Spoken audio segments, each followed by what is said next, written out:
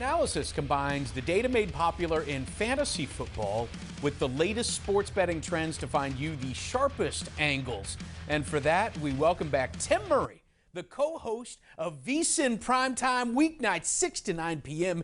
Eastern Time, and VSiN College Football Betting Podcast. Tim, good to see you, man. Steve, a happy new year. This is, as we will discuss, in my opinion, one of the most challenging weeks to handicap when it comes to sides. Yeah, exactly. And by the way, because of your college football knowledge, we will be getting into the national championship. But first, the final week of the NFL season. Now, I think smart bettors always stay away from the unpredictable games. And this is a week of completely unpredictable games. And maybe it's a good time to turn our attention to the player props. That's because players have yardage bonus incentives. Take, for instance, Justin Fields, 63 yards away from a season rushing record for quarterbacks, but he's not playing in this game. But another season record is within reach by Patrick Mahomes, 430 yards away from Peyton Manning's season passing mark. How do you see this playing out? What's his over-under at right now? Yeah, Steve, normally I am a big contrarian, right? Go against the public.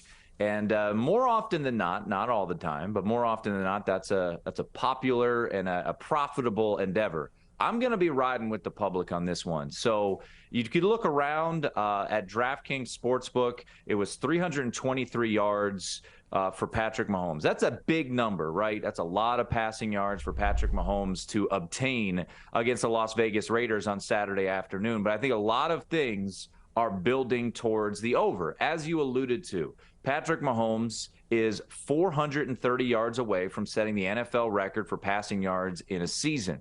The Kansas City Chiefs are still playing for something. The number one seed in the AFC. I know there's a lot of scenarios out there now, potential neutral site, but still for the AFC Championship game. But the number one seed could lead to a bye, which would be advantageous for this Kansas City team. And then you look at who they're playing.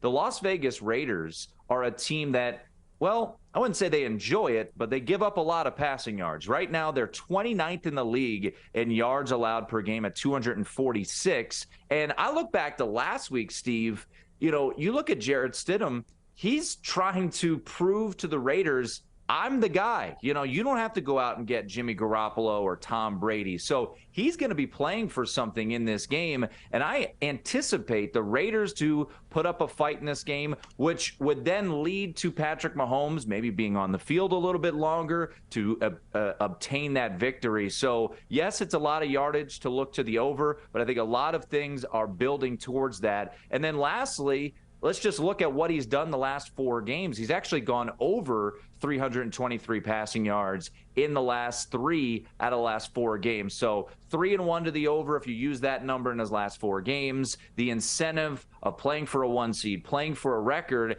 And then you kind of think back to this offseason where, people started to, I don't want to say doubt, but there were some other flavor of the month type quarterbacks where Patrick Mahomes now is the massive favorite to win the MVP. And I certainly could see him going out and setting this record and just proving to everyone that he is the elite quarterback in the NFL. Well, on top of that, he's actually thrown for more than 320 yards in 9 of the last 11 games, including 2 of them over 400 yards and a 446-yard game, by the way, against that Raiders defense. So all things are aligned for this. And by the way, if you actually look at alternate props right now, plus 350 on him if he gets over 350 yards is at plus 250, which is not great. They're leaving a space open. I would like to see if they bounce that up to a 400-yard game and what that would mean. I think that's a really interesting play, especially when these guys are going for the records and that he's so close he can taste the Peyton Manning record right now. Well, and you could tell too, just the way that Patrick Mahomes is beloved by his teammates. Him and Travis Kelce are thick as thieves, right? In the offseason, they're up in Tahoe in the celebrity golf tournament. That not only does he want it, and he probably won't say it, but his teammates want him to get that and they heard all the noise about, whether it's Joe Burrow's league now or Aaron Rodgers winning the MVP for a second consecutive year last year, whatever it Justin may Herbert, be. yeah.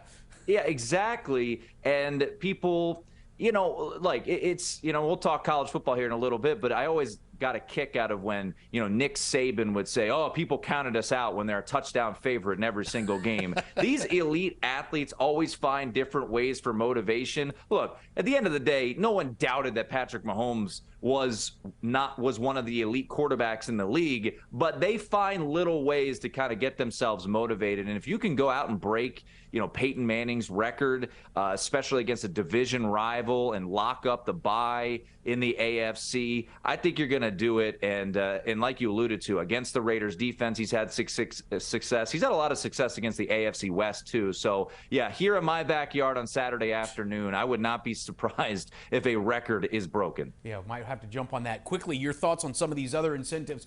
Justin Jefferson is 193 yards away from Calvin Johnson's record for the most receiving yards in a single season. His game props have not yet been released, but how high would you go on his game prop?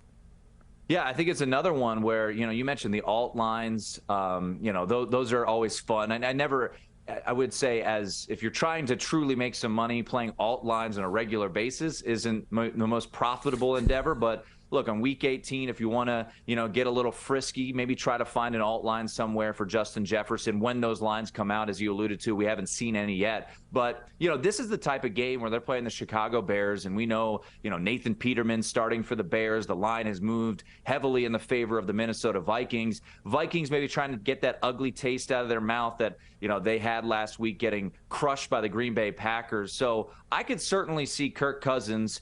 Look, this isn't out of the ordinary. I mean, he tries to target Justin Jefferson often, but I could certainly see Kirk Cousins looking for him often throughout the game. And I'll say this real quickly, not a particular best bet that we're discussing, but the Minnesota Vikings could be an interesting teaser leg sitting there at 7.5, 8-point favorite. Once again, the Chicago Bears, if they lose and the Houston Texans win, they get the number 1 pick. So there's a reason that Nathan Peterman is starting this game and not Justin Fields. I know Fields has been a bit nicked up, but there's really no incentive for the Chicago Bears to win this game, especially with the Houston Texans playing the Indianapolis Colts, where it's, more or less a pick-em type of game. So I think the Bears, even though they won't come outwardly and say it, look, there's not much incentive for them. So I think if you could pair up the Minnesota Vikings with, a team, in my opinion, like the Cleveland Browns, where you can get them up to 8.5 point underdogs against the Pittsburgh Steelers with a relatively low total of 40, that could be something to look at here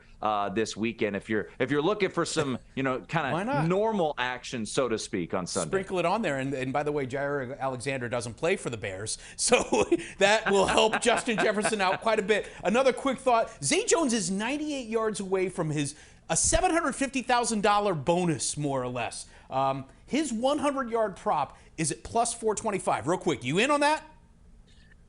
There's a lot of people who could be getting paid there for the Jacksonville Jaguars, right? Because we've got Evan Ingram, too, another guy who's trying to get some incentive money. So the tricky part about this is the Jaguars are playing for something. So sometimes when you have these games where there's nothing on the line, you'll see a quarterback go out and just fire to these receivers right away. Look, as you said, at plus 450, if you want to throw a little sprinkle out there, especially because Zay Jones has been playing so well lately, that wouldn't, be crazy. But the worry I have with that particular game is that it has a lot of meaning, right? The Jaguars have to win that game to lock up the AFC South. I know there's a scenario they could backdoor their way into the playoffs if they do lose on Saturday night. But first and foremost for the Jags, they're going to want to try to focus on winning that game. But wouldn't be surprised maybe late in that game, Steve, if the Jags have a little bit of a cushion, if you start to see Zay Jones get a little more targets. Well, I mean, that team wins and loses on Trevor Lawrence, and he's going to put the ball in the air. And you mentioned Evan Ingram. His number is at 46.5. Now, he has gone over 5 straight weeks, except for last week when the line kind of adjusted to him and moved up to 50.5, and he ended up with only 16. So how do you see Evan Ingram at 46.5 in that prop? Yeah, I think this is kind of all comes together, a little bit of a culmination here. So Evan Ingram in his contract has already received one bonus of going over 700 receiving yards, but he gets another bonus if he goes over 800 receiving yards. He's sitting at 739 on the season. So the prop bet is at 46.5 right now for receiving yards for Evan Ingram. He needs 61 yards to get that second bonus, which is $200,000. And I think an interesting wrinkle to note is that he's not under contract next year. So he's going to become a free agent. So he doesn't know what his next contract is. So maybe there's a little more incentive to get him involved, while Zay Jones is under contract, so they could maybe work something out there. And then lastly, the Titans defense, they flat out stink covering the tight end. They allow 65.9 yards per game to tight ends. And then you look back to early December, Evan Ingram went off for 11 catches, 162 yards against this Titans defense. So he's had plenty of success against this Titans defense that he will see once again on Saturday night. So, yeah, I think over 46.5 would be the way that I would roll in Saturday night's game with the Jags and the Titans. A little extra money in his pocket, but also he's been very beneficial for this Jaguars team and the Titans' struggle at covering the tight end. Okay, two-way parlay for Zay Jones on an alternate over 100 and Ingram over 65 get you at plus 1450 on a two-way. That's a good single game. What could go wrong, Steve? Well, exactly. What goes wrong with parlays? Finally, let's get to the national championship game. Georgia is a heavy favorite against TCU, but you are looking at the first half line at Georgia -7. What do you see in this? So I do like Georgia, and here's the thing, and one of my favorite things to do is fading a public dog, and TCU really has caught the eye of the public. And you look at what happened most recently, and the public bettor is more often than not, Steve, a very reactionary bettor. What did they see last? Well, they saw last was TCU as an 8-point underdog beat Michigan 51-45, and they saw Georgia as a 4.5-point favorite. That was the closing line against Ohio State, survive on a missed field goal as the ball dropped there in Times Square. So they don't think that Georgia is as good as the number is indicating, which I say, be careful there. So I do like Georgia full game at -12. However, the back door certainly is open there in that particular situation. So I'm going to ride -7 in the first half. And I know they were down at halftime against Ohio State 28-24. But let's look back at some of the biggest games that Georgia's been in this season. The SEC championship against LSU. They were up 35-10 at halftime. The game against Tennessee, in which another public dog situation with Tennessee heading to Athens. They were up 24-6 at the break. The rivalry game down in Jacksonville against Florida, 28-3. Season opener against Oregon, 28-3. This has been a team that comes out and kind of establishes itself. And then you look at TCU, and I'm not trying to knock the Horned Frogs because I thought they had a great game plan. But let's remember, they were certainly a bit fortunate in that first half. Michigan's first drive, right down the field, get inside the 2-yard line, and they go for the Philly special on 4th down. They don't get it. J.J. McCarthy throws a pick 6. Another situation where the ball, gets caught at the 1-yard line, overturned as a touchdown. Next play, they fumble into the end zone, the Wolverines did. So I think there was a bit of fortune there with TCU in that spot. So I fully anticipate Georgia to come out on Monday night and be raring to go. And like I mentioned about Patrick Mahomes somehow finding motivation this offseason, I think Kirby Smart somehow, some way is going to motivate his team and say that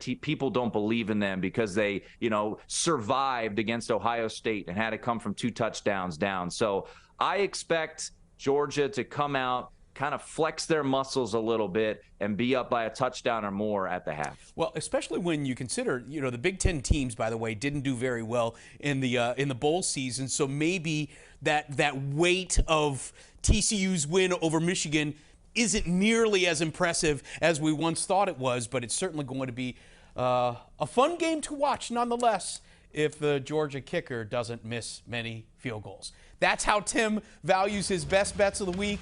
Check out our other segment where he focuses on the Jets and the Giants. For Tim Murray of VSiN, I'm Steve Overmyer. This is Fanalysis.